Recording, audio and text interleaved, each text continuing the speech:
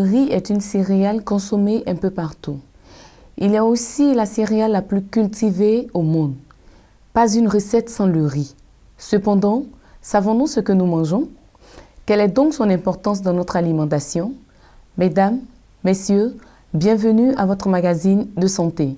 Le docteur André Nda est avec nous sur ce plateau pour nous parler de cette céréale importante. Bienvenue, docteur. Merci, madame. Alors, comment vous vous portez? Très bien. Je vois que vous êtes beaucoup rayonnant. Alors, quel est ce petit secret-là qui vous permet de garder la forme? Un peu de sport, le jeûne de temps en temps, une fois par semaine, jeûner, oui, ça fait du bien. Et puis, la grâce de Dieu. Oui. En tout cas, nous sommes très heureux de vous recevoir à chaque instant sur ce plateau. Merci. Alors, nous partons tout de suite avec l'origine du riz. Bien, le riz, comme vous l'avez si bien dit, est la céréale la plus cultivée, mais aussi la plus consommée. Parce que plus de la moitié de la population de cette planète consomme du riz. Il existe plus de 130 000 variétés. Lesquelles? On ne peut pas les citer, 130 000, mais quelques-unes sont intéressantes. Et les deux principales qui nous concernent, c'est le riz venu d'Asie, Oryza sativa, ça vient d'Asie. Et puis une autre grande variété qui vient d'Afrique, Oryza glaberrima, ça c'est la variété africaine. Alors, vous demandez les variétés de riz. Du point de vue nutritionnel, nous allons distinguer le riz blanc. Vous avez un exemple ici de riz blanc. Il y a le riz complet, qui généralement peut se présenter sous la forme de riz rouge, riz noir. Mais on a également du riz étuvé. Étuvé. Voilà, qui a été préparé d'une certaine manière avant de l'utiliser. Une autre classification, il y a le riz long, le riz moins long et le riz rond. Voilà, d'autres, si on veut les distinguer comme ça, ça nous donne d'autres variétés, d'autres distinctions qu'on peut utiliser. D'accord. Alors, docteur, quels sont les éléments constitutifs d'un grain de riz? Ah, vous posez là une question très intéressante. Un grain de riz comporte à l'extérieur l'enveloppe, l'enveloppe que nous connaissons, qui protège le grain qui est à l'intérieur. Mais à l'intérieur de cette enveloppe, il y a une autre plus fine qu'on appelle, qui constitue ce qu'on appelle généralement le son. C'est une enveloppe très fine qui protège le grain de riz à l'intérieur. Et ensuite, nous avons le germe et puis le riz blanc, la masse, la masse blanche que nous avons là. Je ne sais pas si c'est visible. C'est ça. Ça, c'est ce qu'on appelle l'endosperme. C'est ce qui donne la couleur blanche. C'est l'endosperme, c'est plein d'amidon. Et c'est ça que beaucoup de personnes consomment chaque jour. Ah, d'accord. Alors, quel est le rôle de chacune de ces parties? Voilà, comme je l'ai dit, la peau à l'extérieur, qui donne parfois la couleur jaune ou noirâtre. Au riz, c'est l'enveloppe extérieure qui protège. Le son également, c'est une enveloppe beaucoup plus fine qui protège également. Et dont nous allons apprécier la valeur du point de vue nutritionnel tout à l'heure. L'endosperme, la partie blanche là, où ça peut être légèrement foncé ailleurs, c'est plein d'amidon, c'est la réserve de nourriture qui va servir à la plante qui va sortir du germe. Donc le germe, c'est la partie qui germe lorsque vous mettez un grain de riz dans le sol. C'est la partie qui va pousser. Et pendant cette germination, elle va utiliser tout le reste d'amidon et d'autres substances qui y sont contenues. Alors docteur, le son du riz, à quoi sert-il? Est-il comestible? Le son de riz est comestible. Il est même l'une des parties riches du grain de riz. Ah bon? Oui, parce que le son de riz est riche en fibres alimentaires. Et ça, c'est très important. Le son de riz est également riche en vitamines, particulièrement les vitamines du complexe B, donc B1, B5, B6. Donc ces vitamines-là sont dans le sang et même les sels minéraux. Voilà. Et c'est la partie qui généralement est enlevée lors du raffinage pour avoir du riz blanc comme nous l'avons sur cette table. Alors, si on enlève toutes ces parties-là, comme vous le dites, qu'il reste seulement l'endosperme qui compose le riz blanc, c'est qu'on aura tout perdu. Alors, à quoi bon de consommer du riz blanc, disons l'endosperme, si tout a été déjà enlevé? Voilà. La plupart du temps, ce que nous consommons, c'est presque de l'amidon, tout simplement. Ce n'est pas aussi riche que le riz complet. Et dans cette émission, nous verrons que cela peut nous prédisposer à certaines maladies. Mais on nous dit qu'il y a des méthodes aujourd'hui qui permettent de conserver une partie de ces nutriments que nous trouvons dans le riz complet, dans le processus de le raffiner. Il semble qu'il y a des procédés aujourd'hui qui permettent de préserver une partie de ces nutriments. Et l'un de ces procédés, par exemple, c'est l'étuvage, le riz étuvé. Qu'est-ce que c'est? C'est du riz qui a été cuit partiellement sous vide, c'est-à-dire que dans une ambiance qui ne comporte pas de lait, on le cuit avec toute la peau de l'extérieur. C'est après la cuisson qu'on enlève la peau, qu'on sèche le riz avant de le vendre au marché. Ce processus-là permet aux matières nutritives qui sont dans l'enveloppe, la petite enveloppe qu'on appelait le sang. Pendant ce procédé, ces nutriments pénètrent à l'intérieur du grain et sont préservés. Ça veut dire que si vous mangez le riz étuvé, il y a une partie des nutriments qui sont bien conservés, qui se retrouvent à l'intérieur de la graine. Et puis ce riz est plus facile à cuire que les autres. Ça prend peut-être moins de temps à cuire que les autres riz. Vous parliez tout à l'heure de riz complet, n'est-ce pas? Oui. Alors qu'est-ce que c'est véritablement? Oui, le riz complet, c'est celui-là où les grains de riz gardent encore le germe et le son. Donc, c'est vraiment complet. Ok. Alors, quelle différence y a-t-il entre toutes ces variétés de riz? Est-ce qu'elles conservent, à part bien sûr le riz blanc qui a perdu déjà toutes ses vertus, les autres sortes de riz, est-ce qu'elles contiennent toujours leurs vitamines ou je ne sais? Bon, les autres variétés, par exemple rouge, noir, conservent encore une partie de leur son et de leur germe. Certains grains conservent encore le germe. Donc ces variétés-là, on peut les classer dans le grand groupe de riz complet parce qu'elles conservent une grande partie des éléments nutritifs qui y sont contenus. Alors docteur, parlons un peu du mode de cuisson du riz. Habituellement, en cuisine, certaines font d'abord bouillir de l'eau. Ensuite, on rajoute le riz blanc que nous connaissons, qui est le plus répandu. Et on attend quelques minutes. Ensuite, le riz est prêt, on le consomme. Est-ce là la meilleure façon de faire cuire le riz? Bon, je ne voudrais pas dire que c'est la meilleure façon. Je ne suis pas un cordon bleu non plus.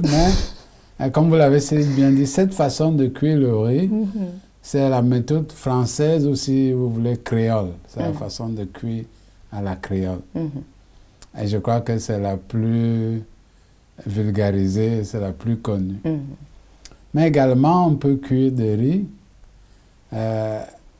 riz pilaf, comme on l'appelle. On cuit le riz dans l'huile d'olive. Et les grains ressortent bien transparents dans l'huile. Ça, c'est un autre mode de cuisson. Mais dans certaines régions de l'Afrique, on prépare du couscous de riz. Ah bon? Ça veut dire que le riz tel que nous le voyons là, on écrase, on réduit ces grains de riz en poudre. Et lorsqu'on a cette poudre-là, on met de l'eau au feu. Lorsque l'eau commence à bouillir, on verse progressivement la poudre de riz en tournant et on obtient une sorte de pâte très apprécié dans certaines localités en Afrique et qu'on appelle le couscous du riz. Alors, quels sont donc les produits dérivés du riz? Avec le riz, on peut faire plusieurs choses. On peut avoir du lait de riz. Du lait de Du riz. lait de riz, du sirop de riz. Alors là, je suis très surprise. Du vin de riz, du vinaigre de riz. Wow. Tout cela, c'est des dérivés du riz. Alors, on peut faire ça. Parlons d'abord du lait de riz. Ouais. Comment est-ce qu'on obtient? Bien, vous le réduisez en farine, bien vous le trempez pendant quelques temps, puis vous écrasez, et puis vous mélangez avec de l'eau en certaines proportions. Le liquide que vous allez obtenir est laiteux, et vous pouvez ajouter du sucre, du miel et le boire ainsi.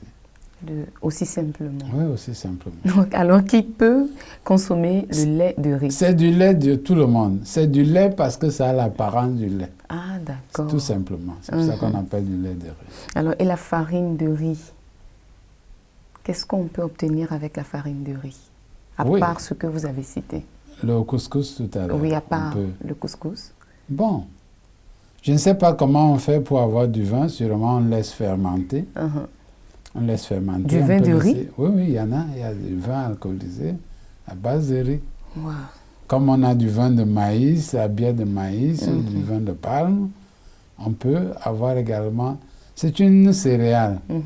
Si on laisse fermenter, on peut obtenir du vin de riz.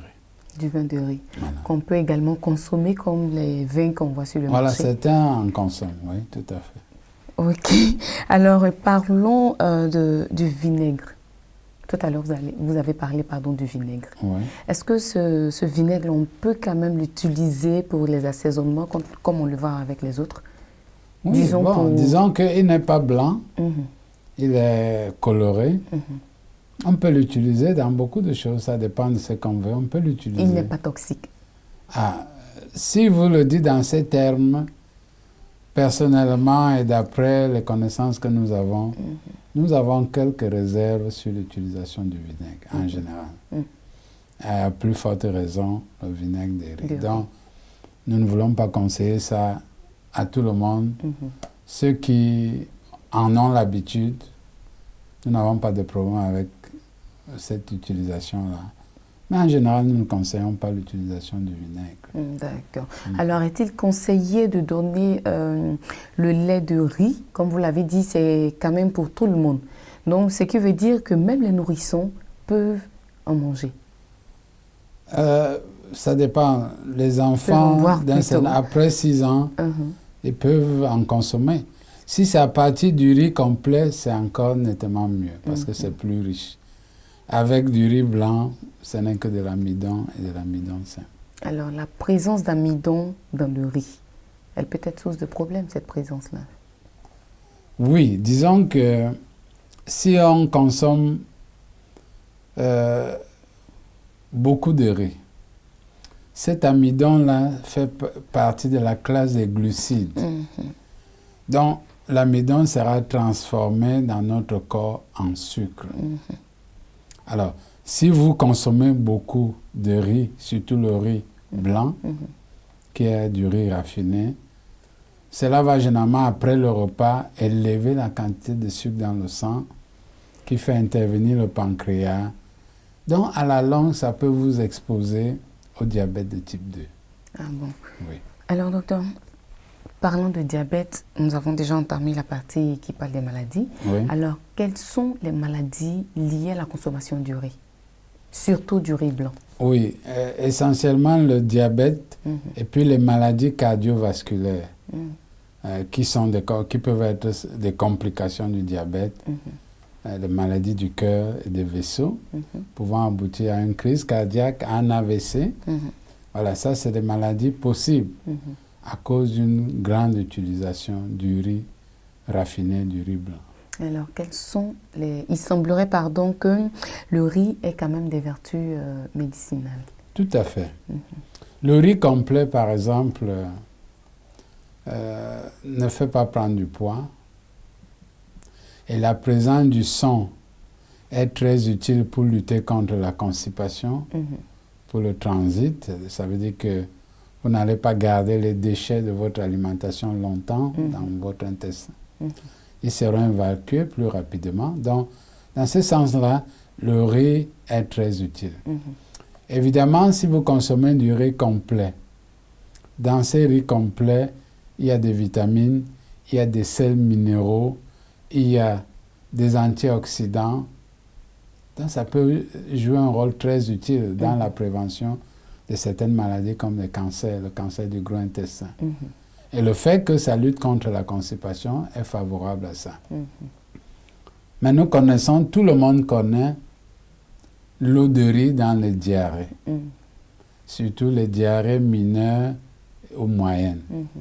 On consomme de boire l'eau de riz. Mais ce que certains ne savent pas, c'est que cette eau de riz également peut être utilisée comme pour la beauté, pour nettoyer la peau, particulièrement la peau du visage. Il suffit d'appliquer l'eau de riz et laisser sécher, et après vous lavez votre visage, votre peau sera meilleure qu'avant. Je ne sais pas si vous savez comment on prépare l'eau de riz. Bon, l'eau de riz, généralement, c'est quand on ajoute le riz à de l'eau qui bout d'abord sur la cuisinière, n'est-ce pas? Voilà, on a inversé un peu les rôles. Ok. Mais voilà, tout simplement, il suffit de prendre 1 litre d'eau, de le faire bouillir, et puis ajouter dedans une poignée ou 30 grammes de riz, et laisser bouillir pendant une demi-heure. Et puis filtrer l'eau obtenue, on a l'eau de riz. Vous pouvez la conserver au frigo si vous voulez l'utiliser pour votre beauté. Mais en cas de diarrhée, donnez à boire de cette eau refroidie et ça fonctionne comme un charme. Ça va réduire le nombre de sels et puis après quelque temps, la personne sera soulagée. Ok. Alors docteur, j'aimerais qu'on parle un peu des acides uriques, si je prononce bien. Ouais. Quel rôle est-ce que le riz joue au niveau de ces acides-là? Disons, quel est le lien qu'il y a entre les acides uriques et le riz?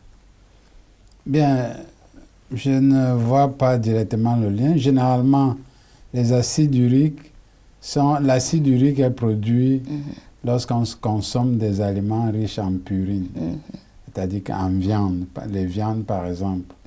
Lorsqu'on consomme de la bière, voilà. Ça, c'est vraiment riche en purine. Et le déchet, c'est un déchet en fait. C'est un déchet du métabolisme qui est l'acide urique, qui peut se manifester par des problèmes de santé, comme la goutte par exemple. Qu'est-ce que c'est? C'est une maladie inflammatoire qui affecte généralement les gros doigts du pied. C'est douloureux. Ça empêche de dormir, rien ne peut toucher cet endroit parce que l'articulation est gonflée, ça brille, parce qu'à l'intérieur, il y a des cristaux d'acide urique. Donc, évidemment, il y a des traitements pour ça, nous n'allons pas aller dans les détails pour ça, mais il y a des traitements pour cela, mais il y a des règles diététiques également, comme réduire la consommation de ces aliments-là, qui entraîne la production d'acide urique. Arrêter de consommer l'alcool, la bière, et puis boire beaucoup d'eau, ça permet l'évacuation de l'excès d'acide urique. On va revenir encore sur les maladies. Il semblerait que la consommation excessive du riz entraîne aussi le beriberi, je crois, une maladie. Et aussi l'anémie. Voilà. Et ça, là, vous parlez du riz raffiné. Ah, d'accord. Mais on ne consomme pas le riz tout seul comme ça. Le riz se combine avec toutes sortes de recettes, avec des légumes, avec des sauces, avec... Donc, le cas dont vous parlez, c'est quand on consomme rien que du riz. Parce que nous avons dit qu'il n'y a plus aucune vitamine, ou très peu dans le riz raffiné, le riz tout blanc. C'est dans ce sens-là. Ces maladies que vous avez citées, comme le beriberi, c'est une maladie de carence. Parce que le riz consommé ne comporte aucune vitamine. Mais dans l'alimentation normale, on ne mange pas que du riz blanc, par exemple. On l'associe à des sauces, à des légumes, et à toutes sortes. Et dans ce cas-là, ce qui manque dans le riz est apporté par les autres aliments qu'on combine avec ces riz-là. Voilà. On a aussi parlé des dérivés du riz. Oui. Et parmi ces dérivés, vous avez mentionné le lait de riz. Oui. Ce lait de riz, peut-il remplacer le lait de vache? Non, non, pas du tout. Pas du tout. Il est d'origine végétale, Oui. on ne va pas trouver ce qu'on trouve dans le lait. Le lait de vache, par exemple, a beaucoup de protéines, a du calcium, beaucoup de... qu'on ne va pas forcément trouver dans le lait de riz.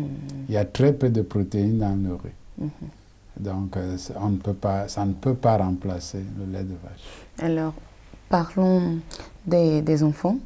Aujourd'hui, on trouve beaucoup de personnes aussi qui donnent très souvent le riz, surtout le riz blanc, puisque c'est celui qu'on trouve le plus sur le marché, à leurs enfants par manque de moyens. Quel conseil est-ce que vous pouvez donner à ces mamans?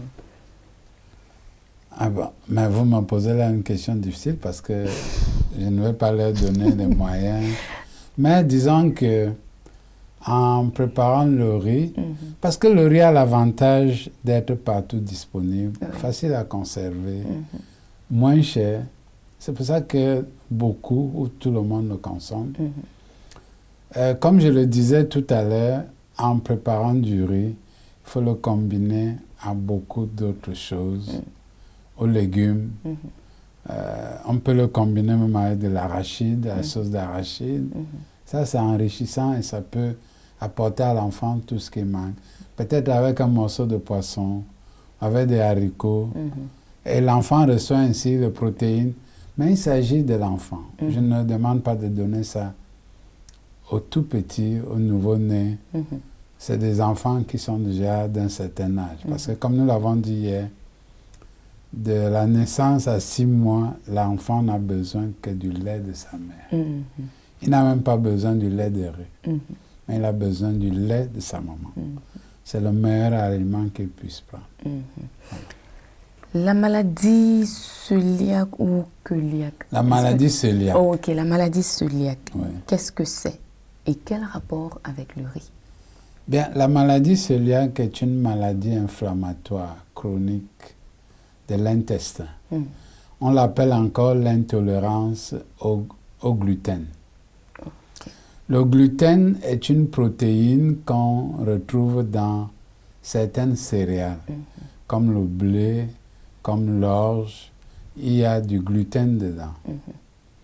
C'est ce qu'on utilise souvent pour fabriquer la viande végétarienne. Ça, c'est le gluten. Alors, certaines personnes ne tolèrent pas, ne supportent pas le gluten. Lorsqu'elles consomment un aliment riche en gluten, il y a une réaction au niveau de leur intestin. Leur système immunitaire réagit. Et il y aura des manifestations comme la diarrhée, comme le ballonnement abdominal. Et ça, c'est très désagréable. Quel est le lien avec le riz? La chance avec le riz, c'est que le riz ne contient pas du gluten.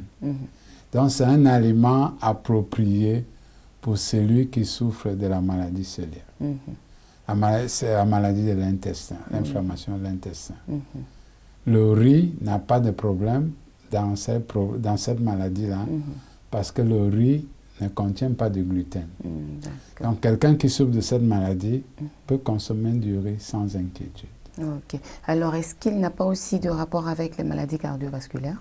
Oui, nous l'avons dit. Si vous consommez beaucoup de riz à cause de ce que ça peut influencer le niveau de sucre dans le sang et vous prédisposez au diabète de type 2. Et lorsque vous avez le diabète de type 2, il y a le risque d'avoir des maladies cardiovasculaires. Alors, docteur, puisque le riz blanc est un facteur de risque du diabète 2, est-ce que les diabétiques peuvent, de ce fait-là, consommer le riz complet? Vous posez là une bonne question. Avant de répondre à cette question, je voudrais dire qu'une étude américaine publiée récemment dit que si on pouvait remplacer 50 grammes de riz blanc par du riz complet, on réduirait le risque de diabète de type 2 de 16%. Rien qu'en remplaçant 50 grammes de riz blanc par 50 grammes de riz complet, on réduit le risque de diabète de type 2 de 16%. Maintenant, ça veut dire que si on consomme plus de riz complet, on est plutôt protégé contre le diabète. Maintenant, pour quelqu'un qui est déjà diabétique, nous conseillerons, s'il doit manger du riz, il ne doit manger que du riz complet et toujours à des quantités modérées. Et je me rappelle qu'un jour, alors que je cherchais du riz complet dans un marché de la région, quelqu'un m'a dit, mais vous cherchez même quel riz? Vous cherchez le riz des diabétiques là? Donc ça veut dire que c'est bien connu que le riz complet, le riz brun, convient aux diabétiques. Mais toujours dans ces cas-là, beaucoup de modération. Beaucoup de modération. Merci beaucoup, docteur, à vous. Et quel conseil est-ce que vous pouvez donner à tous ceux qui nous suivent maintenant? Voilà, le riz est un bon aliment, surtout le riz complet. Consommez-le parce qu'il est disponible, mais associez-le toujours à d'autres aliments sains. Sans oublier d'inclure au moins 5 portions de fruits et légumes dans votre alimentation chaque jour. Pour qu'elle soit équilibrée. Voilà, pour qu'elle soit équilibrée et pour que vous puissiez jouir d'une bonne santé. Merci, docteur, pour toutes ces précisions. Merci, madame. Alors, chers amis, voilà qui est bien dit. Consommer le riz blanc comme aliment fondamental est néfaste pour la santé. Il est donc conseillé de le manger avec des légumes. Le riz complet et le riz précuisiné sont le plus appropriés à la consommation parce qu'ils sont source de multiples vitamines. Donc, bon pour l'organisme. Merci de nous avoir suivis et à très bientôt.